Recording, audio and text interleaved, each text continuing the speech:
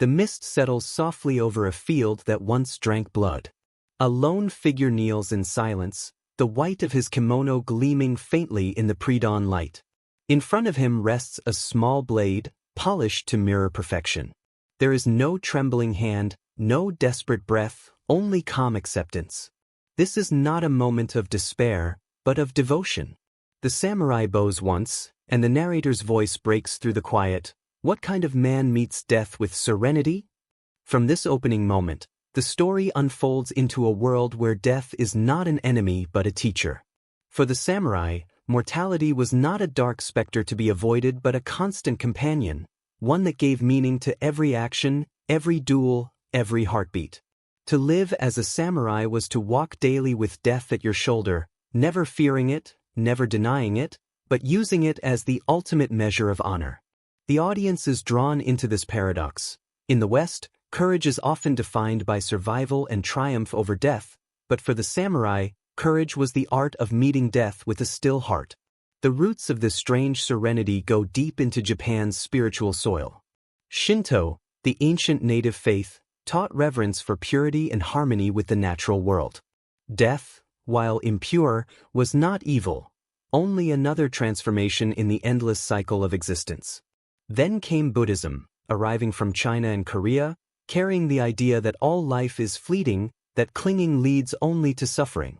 Within Buddhism, the Zen sect found a particularly receptive home among warriors. Zen taught that the self was an illusion, that the line between life and death was thinner than the edge of a blade. When a warrior understood this, fear lost its grip. And yet, philosophy alone could not forge such steel in the heart. The samurai were not monks, they were instruments of war. Their world was one of feudal loyalties, blood oaths, and ceaseless struggle. From the Heian period onward, Japan's political order fractured into rival clans, each ruled by lords who demanded absolute service from their retainers. Loyalty was not an ideal, it was survival. To serve one's lord even unto death was not merely honorable, it was the only acceptable way to exist. Dishonor, on the other hand, was a death of the soul, a fate far worse than the severing of flesh. As the centuries passed, these beliefs began to crystallize into a coherent code, Bushido, the way of the warrior. It was not written down at first, but lived, passed from master to apprentice, shaped by the clash of swords and the silence of meditation. At its heart was a single, uncompromising truth: life is fragile and temporary, but how one meets death reveals the essence of a man's spirit. The samurai who feared death would hesitate, the one who embraced it would move freely, decisively, without doubt. In this way, the acceptance of death became the key to victory. Yet to modern eyes, this mindset feels alien. How could men so young, so full of life, willingly walk toward their own end? The answer lies in how they saw the world, not as a place to conquer, but as a stage for demonstrating inner perfection. Death was not defeat, it was the final act in the performance of duty. To die well was to die beautifully, with composure and grace, like a falling blossom whose purpose was fulfilled. The samurai's serenity came not from a love of death, but from the knowledge that fear corrupted all things. It is here that Yamamoto Tsunetomo enters the story, a retired retainer in the early 18th century who would give voice to this philosophy. In his reflections, later compiled as the Hagakure, he wrote the now famous line, "The way of the samurai is found in death." But he did not mean this as nihilism. To Tsunetomo, it was a path toward living purely, with purpose unclouded by hesitation. A man who has already accepted death, he said, can act with complete freedom. His mind is clear, his heart unshaken. He can serve his master, protect his honor, and face battle without flinching, because he has already crossed the threshold that terrifies others. This teaching became the spiritual backbone of samurai culture, influencing not only the warriors of Edo Japan but generations long after.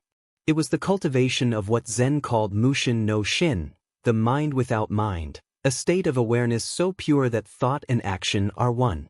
In this stillness, even the fear of death dissolves. The samurai who lives in this state can ride into battle or kneel before his own executioner with the same unshaken composure. And so, when the camera lingers on that lone figure in the mist, we understand that his calm is not madness, but mastery. He is not seeking death, but expressing the highest form of life as he understood it.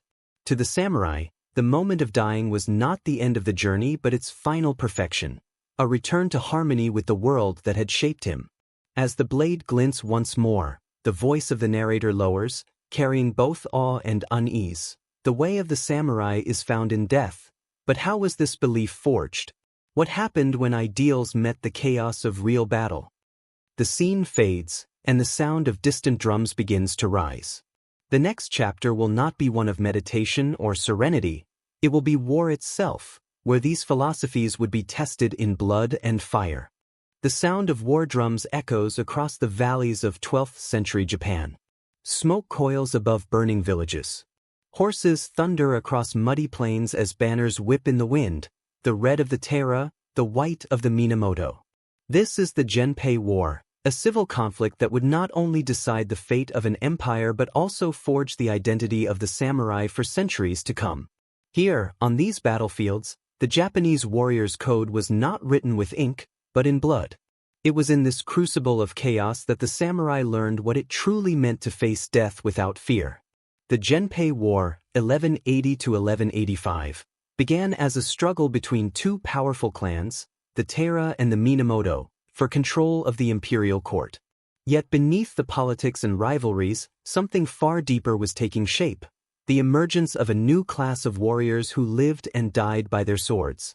Before this war, Japan's elite had been aristocrats, poets, courtiers, and bureaucrats who ruled from Kyoto. The battlefield was beneath them. But the collapse of central authority forced the empire to depend on men of steel rather than men of ink. These men, hardened by generations of frontier warfare and loyalty to their lords, became the prototype of the samurai. For these warriors, battle was not simply a contest of arms but a theater of honor. Every charge, every duel, every death was a performance meant to prove one's worth. The chronicles of the Heike Monogatari, the tale of the Heike, describe countless moments where warriors announced their lineage before engaging an opponent, declaring their names so that history would remember their courage. Victory or defeat mattered less than being seen to die well. To falter or flee was a stain upon one's name that no time could erase. Among these warriors, one name shines brighter than most: Minamoto no Yoshitsune. Born into exile, trained as both a monk and a fighter, Yoshitsune embodied the perfect balance of intellect and ferocity. He fought with brilliance and audacity, defying the odds in battle after battle. His legendary victory at Ichinatani, where he led his troops down a near-vertical cliff to surprise the enemy, remains one of the most daring maneuvers in Japanese military history. But behind that brilliance lay something even more telling: an utter disregard for death.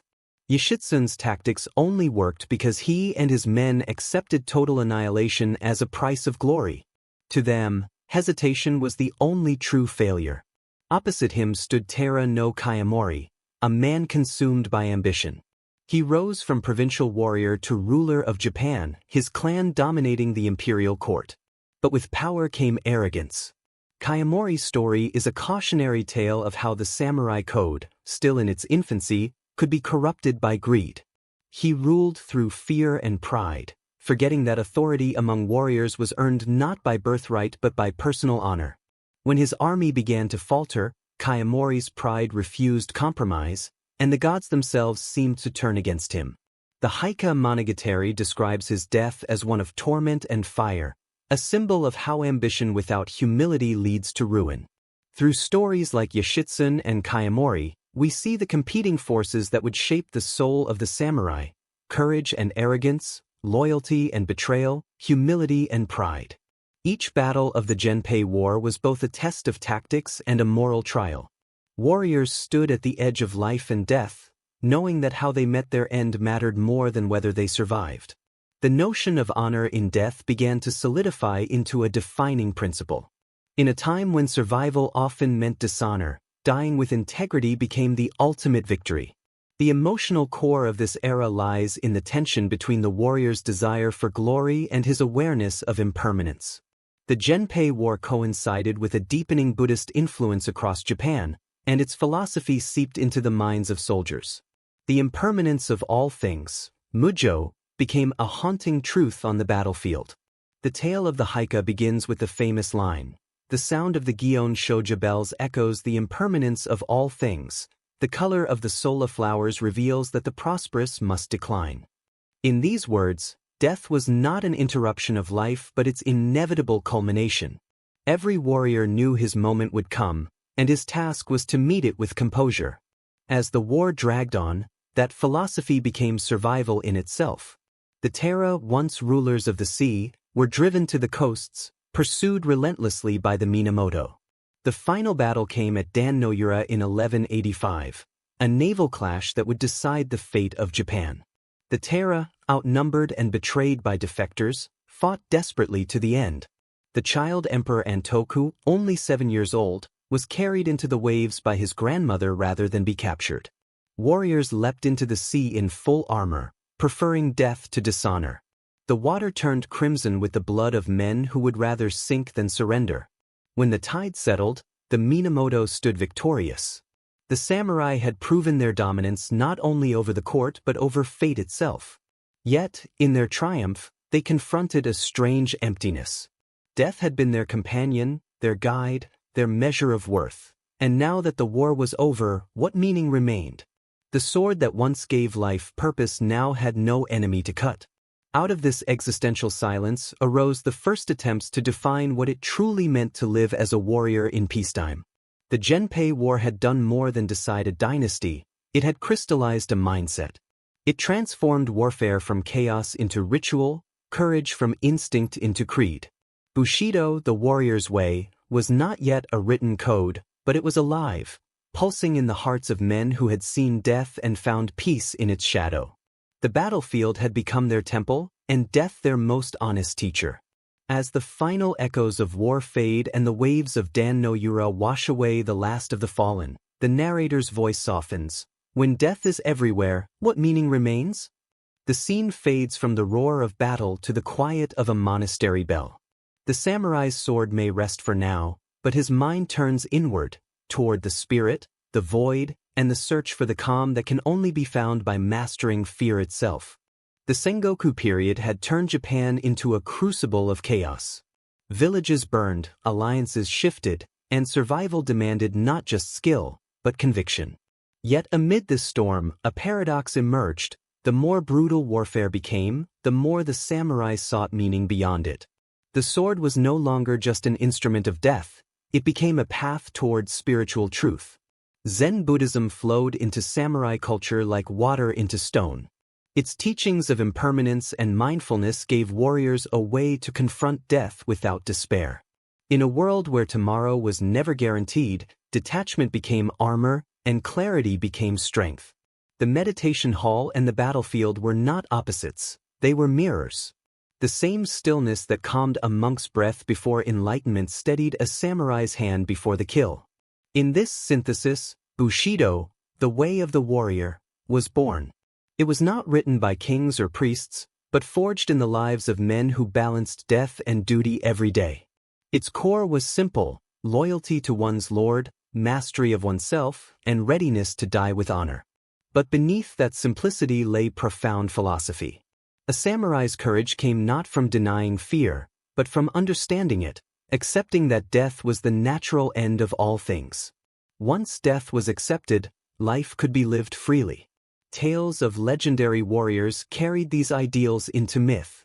Minamoto no Yoshitsune, graceful as he was deadly, fought like a dancer guided by fate rather than fear. Kusunoki Masashige, facing impossible odds, chose death in battle rather than surrender, earning eternal reverence for his loyalty.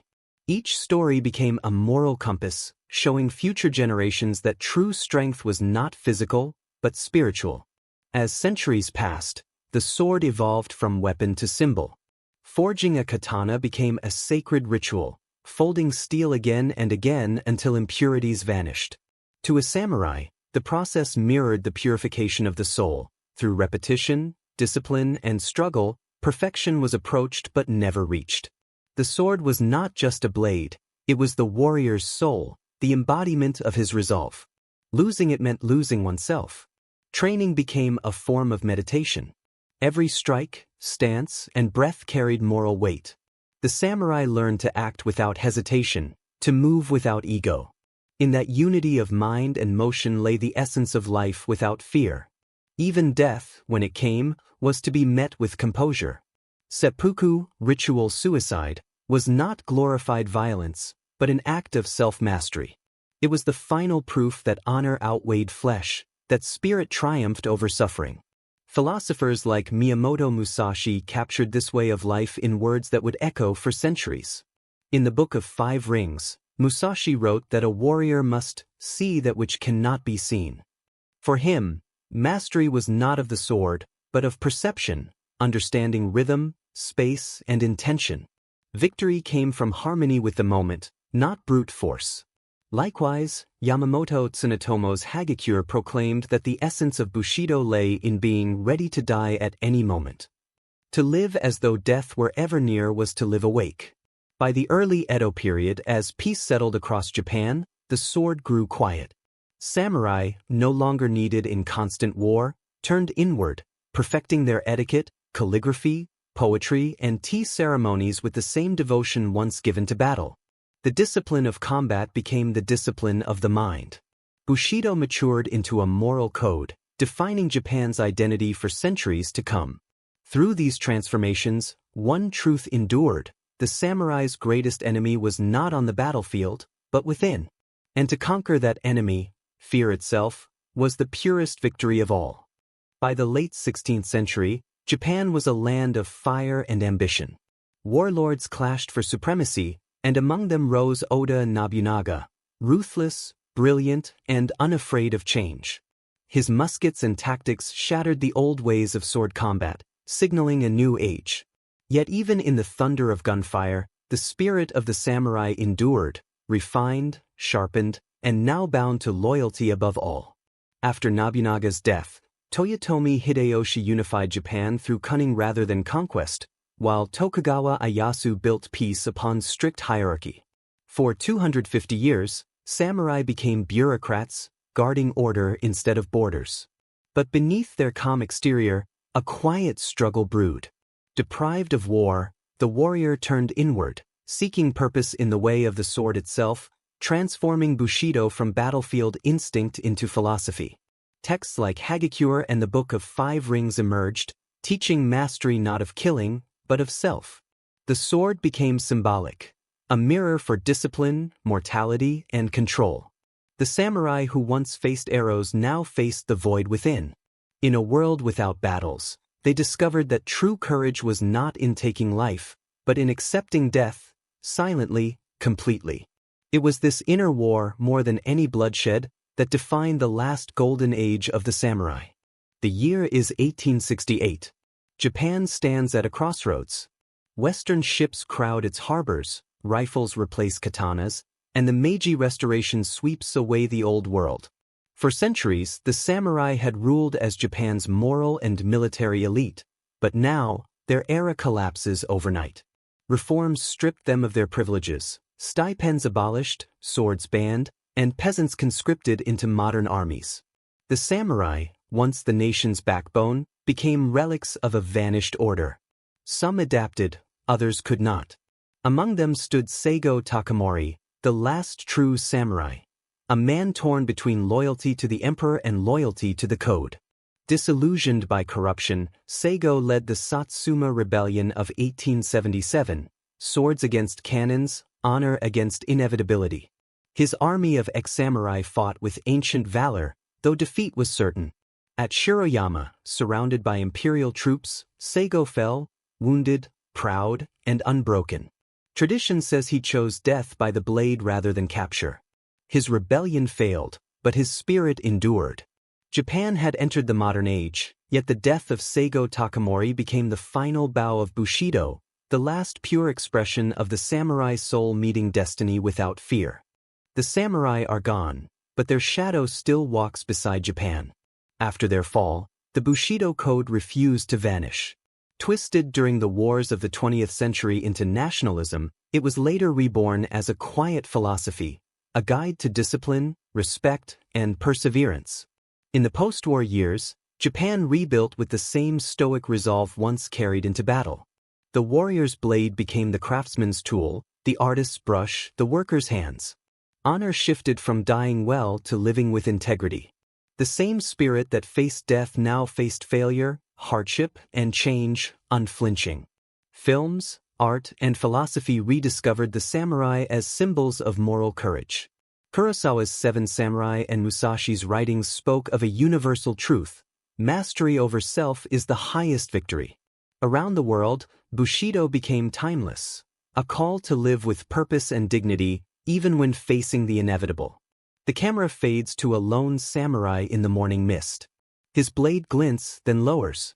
The narrator's voice softens. To master death is to master life. And in that stillness, the samurai found peace. The music fades. The spirit remains.